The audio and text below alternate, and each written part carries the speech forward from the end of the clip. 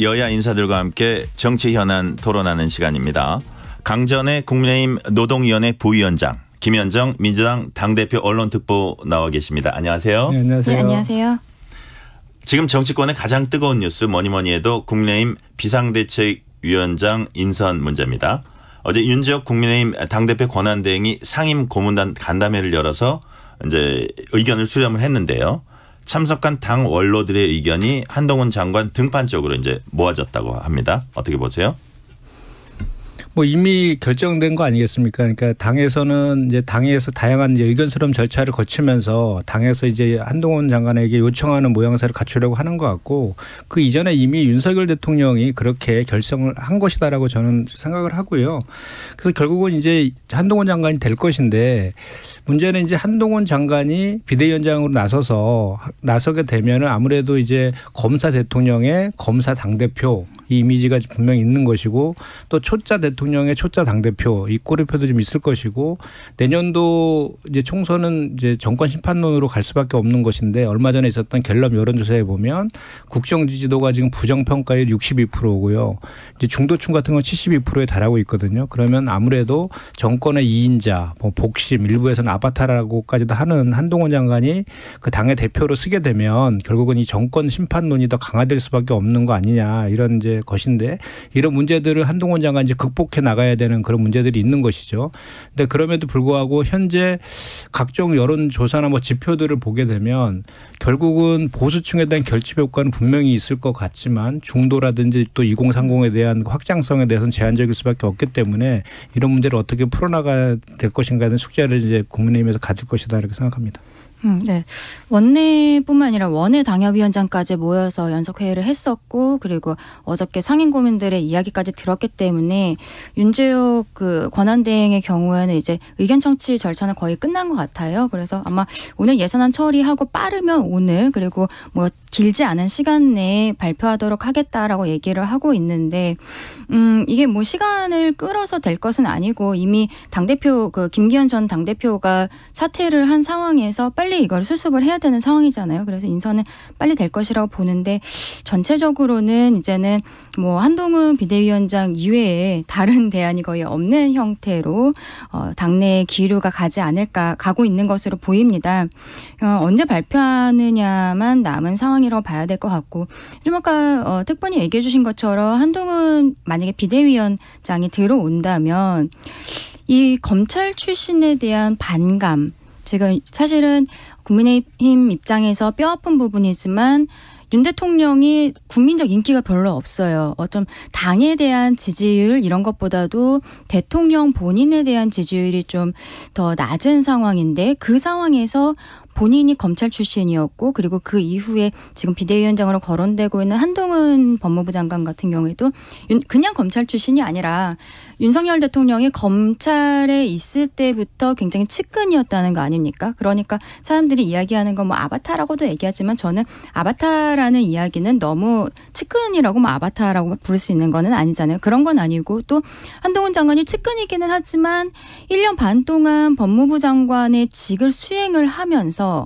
그 과정에서 뭐 윤석열 대통령에게 종속되어 있다거나 이런 이미지를 보인 적은 없어요. 그렇기 때문에 그런 것까지 감안을 해서 아마 비대위원장으로 거론이 되고 있는 것이 아닌가라고 생각이 들고, 근데 문제는 비대위원장은 결과적으로 당원 당규에 따라서 당대표의 직을 수행하는 거란 말이에요. 그리고 기존의 김기현 당대표의 그 지도부 그 최고위원들이 있는데요. 최고위원들도 이제 해산이 되는 개념입니다. 그러면 한동훈 비대위원장과 함께 다른 비대위원들이 들어오게 되는데, 이 비대위원들의 역할이 굉장히 중요할 것 같아요. 왜냐하면은 한동훈 장관은 국민적인 인기도, 인지도 같은 건 굉장히 높지만, 어떠한 이제 총선을 앞두고 있는데 총선에서의 실무, 특히 문제는 공천이죠. 공천 과정에서의 실무 같은 것을 정확히 인지하고 있다라고 지금 보기는 좀 어렵지 않을까. 그렇다면 비대위원으로 들어오는 분들이 아무래도 선거 경험이 좀 있는 중진들이 좀 포진이 돼야 될 것인데, 여기에서도 약간의 문제가 생기는 게, 당내의 중진들이 친윤이라는 색깔을 갖고 있는 분들이 계시단 말이에요. 이분들이 비대위원으로 만약에 들어가게 되면은 그때는 또 당정 관계가 제대로 되는 게 맞냐, 지금 그 당정 관계를 제대로 김기현 대표가 정립하지 못해서 사퇴한 부분이 있는데 한동훈에도 똑같네라는 이야기가 나올 수 있어서 한동훈 장관이 비대위원장 가는 건 어느 정도 결정이 된 것 같지만 비대위원을 누구를 인선을 하느냐 그 과정 그것도 좀 지켜봐야 될 것 같습니다. 그러니까 비대위원장 개인기가 뭐 무엇보다 중요하다고 보지만 비대위원 구성도 그렇죠. 상당히 영향을 미칠 거다 그런 현재는, 말씀이세요? 네, 비대위원장으로서는 한동훈 장관의 지금까지의 이미지 올곧고 성실하게 업무를 수행을 하고 이런 것들이 있는데 실무를 아는 것은 아니기 때문에 그 실무에 대해서 뒷받침해 줄 사람들은 결국 비대위원들이거든요. 그리고 그 이후에 이제 공천관리위원회, 선거대책위원회들이 나오는 것인데 그것도 다 이제 비대위원들이 최고위원의 역할을 하게 되는 것이니까 그 안에서 결정이 되게 되는데 비대위원이 누가 들어오게 될지 그것도 좀 봐야 될 것 같습니다. 어떤 분들로 채워져야 된다고 보세요? 예컨대. 아까 말씀드린 것처럼 일단은 문제는 총선에서의 승리가 최우선의 목표 아니겠습니까? 그렇다면 총선에서 승리하기 위해서 이 선거 과정, 특히 공천 과정에서의 어떤 공정성이라든지 그리고 실무를 잘 알고 있는 사람이 들어가야 되는데 이렇게 뭐 실무를 안다라고 하면은 뭐 재선이라든지 이 정도 급들은 들어가 주셔야 된다고 생각을 하거든요. 그런데 이분들이 만약에 친윤이라는 색깔을 갖고 있는 분이 들어간다면 아까 말씀드린 것처럼 그러면은 김기현 당대표 때랑 달라진 게 뭐야? 당정의 수직적 관계가 바뀐 게 없네? 한동훈 장관이 들어간 거 자체는 그래도 뭐 국민적 인지도가 있으니까 이해가 된다고 해도 그런 이미지가 또 생길 수가 있거든요. 그렇기 때문에 저는 비대위원으로 들어가는 중진들의 경우에는 그동안에 그 인요한 혁신위에서 했던 이야기들이 있습니다. 중진들이 불출마 선언을 하든지 아니면 험지 출마를 하든지 이러한 이야기들이 혁신안으로 나온 적이 있었고 사실은 그것 때문에 김기현 당대표와의 관계가 껄끄러워져서 사퇴로 이어졌다라고 생각을 하는데요. 비대위원으로 들어가게 되는 중진 의원이 있다면 이분들은 불출마 선언이든지 아니면은 험지로 출마를 하겠다라든지 이런 것들을 선언을 한 상태에서 들어가야 국민들께서 그 진정성을 더 이해해 주시지 않을까라고 생각합니다. 근데 이제 좀 덧붙이면은 지금 사실 국민의힘이 비대위를 꾸리는 가장 큰 이유는 윤석열 대통령이지 않습니까? 그 지난번 강서구청장 재보궐선거 참패한 원인이 국정기조 바꾸라는 것이고 수익이득 당정관계 바꾸라는 것인데 그 핵심은 다 윤석열 대통령인 거거든요. 그러면 결국은 지금 여당에서도 그런 지적을 합니다. 결국 한동훈 비대위가 떴을 때 성공 여부는 그런 수직적 당정관계를 회복할 수 있는 바꿀 수 있느냐. 윤석열 대통령에게 쓴소리를 할 수 있느냐, 윤심과 다른 목소리를 낼 수 있느냐가 중요하다는 얘기를 계속해서 하고 있거든요. 그런데 과연 그러면 그게 가능할 것인가에 대한 좀 판단을 좀 해봐야 되는데 국민들이 봤을 때 또는 여당 내에 또는 이렇게 원로들이나 원로 정치인들이나 이런 분들의 의견을 종합해 보면 대단히 그거에 대해서는 부정적인 건 분명한 사실인 것 같아요. 김종인 전 그 비대위원장께서도 대단히 비판적으로 얘기를 좀 하고 계시고 어제 YTN에서 정기 여론조사 발표한 걸 보니까 국민의힘 지지자 중에서도 비대위원장으로 적합한 사람은 한동훈을 뽑은 게 25%밖에 안 되더라고요. 그러니까 모르겠다라가 49%에 달하고 있습니다. 그러니까 여전히 불안한 거예요. 그러면 이 문제를 해결해야 되는데 지금 한동훈 현재 장관이죠. 장관이 어제랑 그저께 기자들의 질문에 대해서 답하는 것을 보면은 가장 지금 윤석열 정권에서의 그 아킬레스건이라고 할 수 있는 김건희 여사와 관련된 특검에 대해서도 대단히 악법이다. 이런 식으로 부적절하게 발언을 한다라든지 또는 김건희 여사의 명품백 수수 의혹과 관련해서도 좀 신경질적으로 답변한다든지 이런 모습을 봤을 때 과연 그렇게 할 수 있을 것인가에 대한 회의적인 시각이 좀 많은 건 사실입니다. 그래서 아까도 제가 되풀이해서 말씀드리지만 이 문제를 어떻게 풀 것이냐가 숙제다. 이 말씀 다시 한번 드립니다. 방금 나왔던 이 자리에 앉았던 그 하태경 의원은 이제 쓴소리 관련해서 세 부류를 얘기하더라고요. 아예 쓴소리 못하는 사람. 두 번째는 쓴소리는 하는데 마찰만 있어가지고 더 악화되게 하는 사람. 그리고 세 번째는 쓴소리를 해서 그게 아주 잘 통하게 해서 일이 잘 해결되게 하는 사람. 이 세 가지인데 여튼 하태경 의원은 오히려 대통령과의 그런 친분 때문에 통하는 쓴소리를 할 수도 있을 것이다. 그걸 기대하셨거든요. 어떻게 보세요?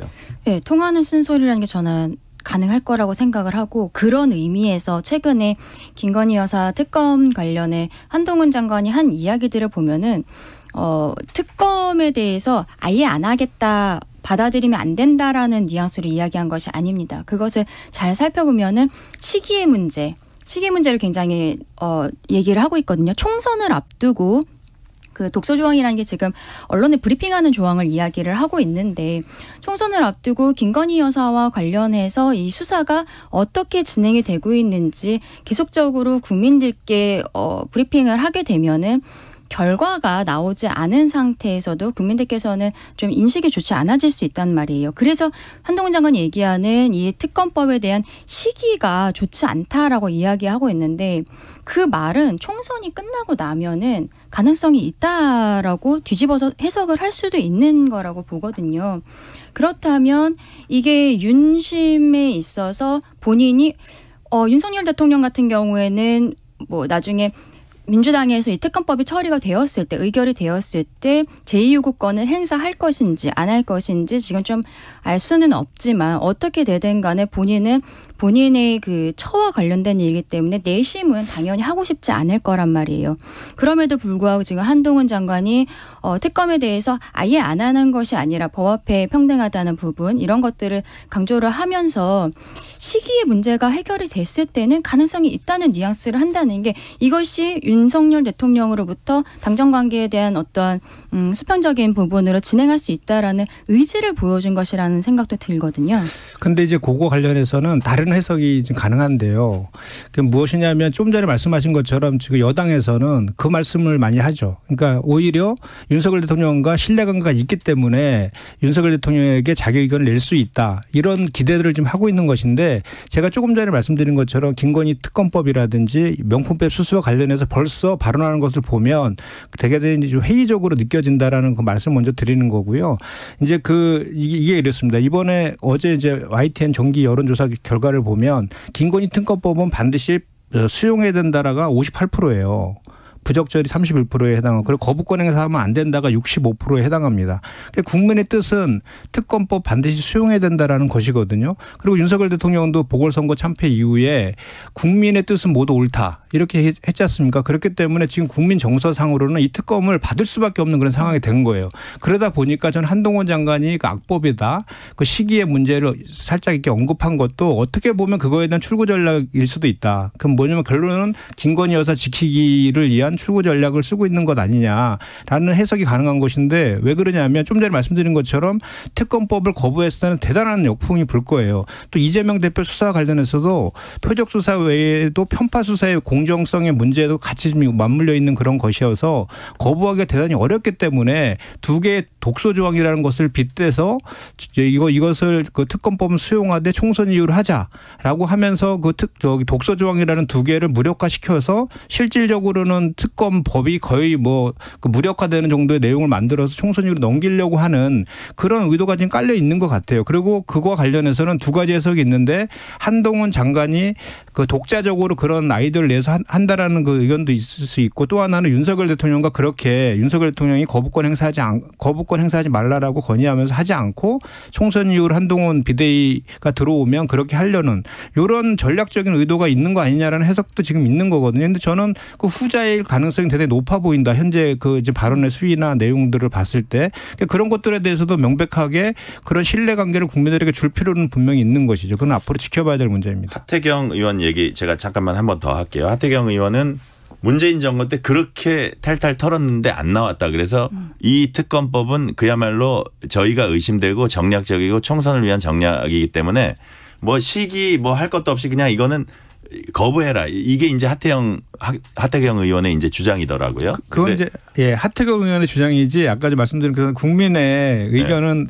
의견하고 맞지 않는 내용이기 때문에 그 수용할 수밖에 없는 거고 좀 전에 자꾸 이제 제가 방송 나갈 때마다 문재인 정부에서 탈탈 털었는데 안 나왔다 이 얘기를 하도 하셔가지고 제가 좀 그 히스토리를 찾아봤는데 이게 2010년도 얘기잖아요. 그죠? 그래 2012년도에 그 두 분이 결혼하시잖아요. 그 대통령하고 김건희 여사가 결혼을 한 다음에 그동안 계속 검찰에서 수사가 지지부진돼서 안 돼 왔었어요.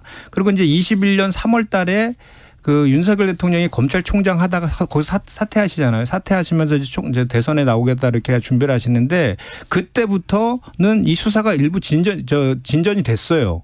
진전이 되다가 소환 통보도 했었는데 그때 대선 국면이라 해서 소환을 불응했었죠. 그러다 다시 정권이 또 바뀐 그런 측면이 있습니다. 그래서 물론 이제 그런 지적이 있을 수 있겠지만 어쨌든 정권이 바뀐 이후에도 1년 지금 6개월 이상이 좀 지나와 있는 그런 상황이거든요. 그 상황 속에서 그럼 제대로 된 수사나 기소 같은 게 전혀 이루어지지 않았지 않습니까? 그래서 21년 12월 달에 그 권오수 도이치모터스의 대표인 권오수 재판이 진행되면서 재판 과정에서 연관성이 그 판결문에 나와 있는 거지 않습니까? 그럼에도 불구하고 뭐 수사를 한다거나 해서 뭐 불기소 처분을 한다든지 뭐 기소를 한다든지 어떤 조치도 하지 않았거든요. 그래서 이거를 수사를 차라리 하고 있었으면 뭔가 조치를 했으면 오히려 특검법을 발의한 거에 대해서 반대 논리를 펼 수도 있었음에도 불구하고 그러지도 않았기 때문에 오히려 특검법을 발의할 수밖에 없는 상황은 여당에서 만든 측면이 분명히 있다라고 저는 생각을 하고요. 그다음에 이게 4월 27일 날 발의된 거 아닙니까? 법사위에서도 180일이 계류됐고 본회의에서도 60일이 상정돼서 패스트트랙에서 이제 그 12월 28일 자동 부의되는 것이어서 그간의 과정을 보면은 이 특검법이 발의된 거에 가장 큰 책임은 오히려 정부 여당에 있다라고 저는 말씀드리겠습니다. 그러니까 시기를 총선 이후로 한다는 건 민주당에서 받아들이기 어렵다. 그런 말씀이시죠? 아니 그 내용에 대해서는 아직 구체적으로 뭐 제안이나 이런 것들이 있지도 않고 그 내용이 어떤 것인지도 모르기 때문에 제가 이 자리에서 직답할 내용은 사실은 좀 섣부른 그런 측면이 있지만 그 과정을 제가 좀 말씀드리는 거예요. 그렇죠. 먼저 말씀하세요. 그런 이제 김건희 여사 특검에 대해서 언급을 한 것이 만약에 한동훈 장관이 아니라면 지금 특보님 얘기하신 것처럼 생각할 수 있을 것 같은데 저는 한동훈 장관이라는 인물의 특수성이 있기 때문에 좀 다르게 봅니다. 어떤 거냐면은 한동훈 장관이 그동안에 계속 검사였고 그리고 법무부 장관 1년 반 정도를 했는데 만약에 이번에 비대위원장이 된다면 본인이 내년 총선에서 국회의원 배지 달겠다고 지금 나오는 건 아니라고 봐요. 그거는 다음번 대선을 생각한다고 봅니다. 근데 지금 김건희 여사의 의혹에 대해서 뭐 지난 대선 과정에서 아니면은 문재인 정부 시절에 뭐 탈탈 털었다라고 이야기하지만 좀 아까 특보님 얘기하신 것처럼 국민적인 여론은 사실은 좀 그렇지는 않아요. 국민적 여론은 정확하게 특검해서 정확히 털고 가라라는 게 어떠한 국민 여러분의 목소리라고 저는 생각을 하거든요. 그렇다면 한동훈 장관이 다음번 대선을 생각하는 대선 주자로서 생각을 했을 땐 이거는 털고 가야 되는 문제입니다. 김건희 여사에 대해서는. 그렇기 때문에 근데 당장 내년 총선을 앞두고서는 이 브리핑을 하면서 이 특검을 진행하는 것에 대해서 문제 제기를 하는 것이지 이거를 총선이 지난 이후에 뭐 흐지부지 된다라거나 뭐 다른 형태로 내용이 들어간다거나 그거는 물론 지켜봐야 되겠습니다만 한동훈이라는 인물의 특수성을 봤을 때는 좀 다르게 해석을 해야 될 것 같습니다. 이번에 민주당으로 가보겠습니다. 이재명 대표가 김부겸 전 총리와 이제 비공개 오찬 회동했고요. 여기서 대화, 그다음 통합, 단합 강조했습니다. 반면에 이낙연 전 총리는 당이 변화할 것인지 진전이 전혀 없어 보인다. 실망스럽다. 이런 반응을 보였습니다. 돌파구가 어떻게 마련될 수 있을까요? 결국은 통합과 단결이 우리 민주당에서 현재 가장 필요한 그 내용이어서 그 문제에 대해서 반드시 풀어야 되는 거고 그거에 대해서는 이제 당 지도부 이재명 대표를 비롯한 지도부의 역할이라고 저는 일단 생각합니다. 그래서 그 김부겸 대표 전 총리도 만났고 이제 정세균 전 총리도 만나기로 이제 했는데 결국은 이낙연 전 대표가 지금 뭐 탈당과 신당 얘기를 하고 계시기 때문에 그리고 그분이 지금 그 당 내에 주장하고 있는 내용들이 있기 때문에 만나서 그런 내용들에 대해서 허심탄회하게 대화를 빨리 열어서 그 접점을 찾아가는 그런 과정이 필요하다고 생각합니다. 근데 당의 단합과 총선을 위해 산이든 물이든 건너지 못할 게 없다. 지금 그렇게 이재명 대표 측에서는 의견을 이야기를 하고 있는데 언론에다가 이야기하는 것과 본인의 행동은 굉장히 달라요. 아무도 만나고 있지 않습니다. 지금 원칙과 상식 이 4명의 의원들 문제뿐만이 아니라 지난번에 이미 탈당했던 이상민 의원 같은 경우에 그때도 탈당하기까지 과정에 있어서 별다른 대화 노력 자체를 안 했단 말이에요. 그리고 지금 이낙연 전 대표 같은 경우에는 저는 이낙연 전 대표가 신당을 할 가능성은 거의 없다라고 생각은 하고 있습니다만 그럼에도 불구하고 포용하는 모습 보여야 되거든요. 이낙연 대표가 미국에서 돌아왔을 때 한 번 식사를 한 이후로 어떠한 역할을 주지를 않았어요. 근데 저는 이낙연 대표가 지금 호남에서도 어쨌든 지자체장도 했었고 당의 총리도 했었고 호남에서 어쨌든 인지도를 가지고 있는 분이기 때문에 어떠한 역할을 줬으면 이낙연 대표가 여기까지 오지 않았을 것이다. 근데 그걸 안 한다는 거는 이재명 대표의 측근들로 지금 채워지고 있는 부분들이거든요. 그게 지금 최근에 또 문제되고 있는 공정 과정에서의 잡음들 아니겠습니까? 그렇죠. 총선 후보 검증. 네, 총선 후보 검증하는 내용을 보면은 지금 비명계에서 출마를 하겠다고 하는 사람들은 공천 적합도에서 아예 안 맞는 것으로 이야기를 하고 있어요. 근데 이게 굉장히 좀 물론 예상은 됐습니다. 왜냐하면 11월에 민주당에서 총선기획단을 조직을 했는데 그때 기획단장이 대표적인 친명 의원은 조정식 의원으로 지명이 되었습니다. 그때부터 공천 파동이 있지 않을까란 이야기가 뭐 언론에서도 꽤 크게 나왔었고 예상은 됐다고 하지만 이번에 친명 지역구에서 출마 준비하던 비명계 인사들이 예비후보 심사에서 줄줄이 부적격 판정을 받는데 이 부적격 판정을 받은 내용 자체가 좀 이상하단 말이에요. 단수 공천을 했는데 공천 과정에서의 뭐 불복이라든지 이런 걸 가지고서는 10년 동안에 줄 수 없다라는 당원 당규가 있기 때문이다라고 얘기하는데 이거는 코에 걸면 코걸이, 귀에 걸면 귀걸이 같은 이야기들을 하고 있는 거예요. 이번에 공천 과정에서도 그 평가표가 지난번에 발표가 되지 않았습니까? 근데 총점이 1000점인데 그중에서 정량 평가가 아니라 정성 평가, 그러니까 주관적으로 평가할 수 있는 게 220점 정도가 들어가 있어요. 그거는 주관적 평가라는 거는 지금 이 비명계 인사들에 대해서 공천을 주지 않겠다라고 한 것처럼 그 시스템 공천이라고 민주당에서 계속 이야기를 하고 있는데 시스템 공천 안에 1000점 중에 220점이란 적지 않은 이 점수가 주관적인 평가로 들어가는 거거든요. 그렇기 때문에 저는 이 공천 과정이 굉장히 좀 불투명할 것으로 예상이 된다. 그리고 한 가지만 더 말씀을 드리면 이재명 대표가 좀 특이한 행보를 보이고 있는 게 본인이 당대표인데 인재 영입위원장을 하고 있어요. 근데 인재 영입하면서 최근에 1호 인재 영입이 있었죠. 1호 인재 영입이 환경단체 쪽에서 일을 하셨던 여성 변호사, 젊은 여성 변호사분을 지정을 했는데 이분이 있는 환경단체가 이재명 대표가 고문으로 있다는 거 아닙니까? 근데 본인이 당대표면서 인재영입위원장이에요. 이거를 보면은 이게 당내에서 좋은 말로는 당대표가 당권을 완전히 장악을 하고 있구나. 밖에서 보는 것처럼 그렇게 흔들리고 있지 않구나라고 생각할 수도 있지만 이거 전혀 민주적이라고 보기가 어렵거든요. 제가 잠시만 저 여론조사 좀 언급하고 갈게요. 앞서 김현정 당 특보가 언급한 여론조사 관련해서 YTN이 여론조사 전문기관 엠브레인 퍼블릭에 의뢰해서 17일에서 18일까지 전국 만 18세 이상 유권자 1,006명을 대상으로 전화 면접 조사를 이뤄졌고 자세한 내용은 중앙선거 여론조사심의위원회 홈페이지를 참조하시면 되겠습니다. 네, 우리 변호사님께서 세 가지를 다양하게 얘기하셔갖고 저도 그 팩트를 기반해갖고 몇 가지 말씀을 좀 드려야 될 것 같은데 일단 첫 번째로 우리 민주당은 야당이잖아요. 그 야당과 여당은 그 역할과 책임에서 좀 차이가 있어요. 그 정부 여당 같은 경우는 이제 국정과 관련된 일차적인 무한 책임을 지는 거잖아요. 그래서 그게 이제 지난번 보궐선거 패배 이후에 민심을 거스른 거에 대해서 그런 지금 그 심판들을 받은 것이고 그것 때문에 이제 김기현 대표가 사퇴라고 비대위를 가는 그런 과정들이지 않습니까? 국민에 대한 국정에 대한 책임을 지는 과정이 정부 여당의 일차적인 책임과 역할이지만 민주당 같은 경우는 야당입니다. 야당은 기본적으로 정권에 대한 견제 역할이 가장 중요하거든요. 그러니까 지금 현재 민주당 같은 경우에는 그렇게 이재명 당대표를 1년 6개월 이상 탈탈 털어가지고 인신구속을 시키려고 했지만 그 영장도 기각됐고 어때 선거에서 우리가 승리를 했단 말이죠. 그러면 우리는 민주당이 지금 현재 해야 될 역할과 책임은 뭐냐면 당을 통합과 단결시켜서 총선에서 승리하는 거예요. 그리고 지금 현재는 야당의 시간입니다. 아시겠지만 예산안은 어제 극적으로 합의가 됐고 앞으로 민생 법안도 처리해야 되고 또 역시 3국조도 남아 있습니다. 양평 고속도로라든지 해병대 수사 외압건이라든지 오송 지하차도 그 건도 있고 이태원 참사 특별법도 처리해야 되고 쌍특검 문제도 있어요.